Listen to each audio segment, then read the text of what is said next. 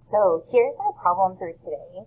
It says Willa has 2,401 beads to make bracelets for her friends. She needs 9 beads to make one bracelet. How many bracelets can she make? So our first step is to use our cube strategy. So the first thing I'm going to do is circle my numbers. So 2,401, that is our total. And sometimes even when I'm solving problems, I'll write that. But that's my total, to kind of remember, especially since we're going to work on it again tomorrow. It'll just remind us.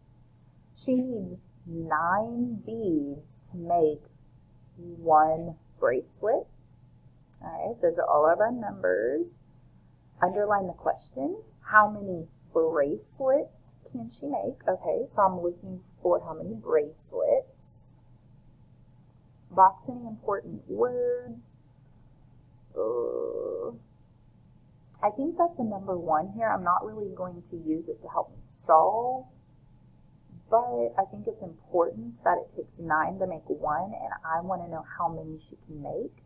So I'm going to be splitting them up. It's like you're taking 9 beads and putting it on this one bracelet, and then 9 more beads and putting it on this. So we're splitting them up into groups of 9.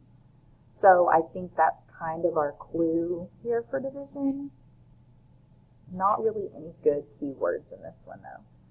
All right, nothing really to eliminate. Okay, so now we're ready to do our UPSC.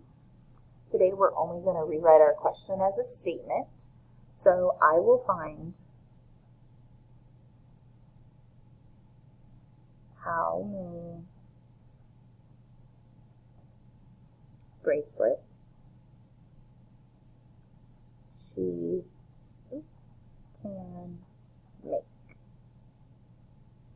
All right, that's it for today. Tomorrow we'll come back and we'll solve it and come up with a plan and justify it.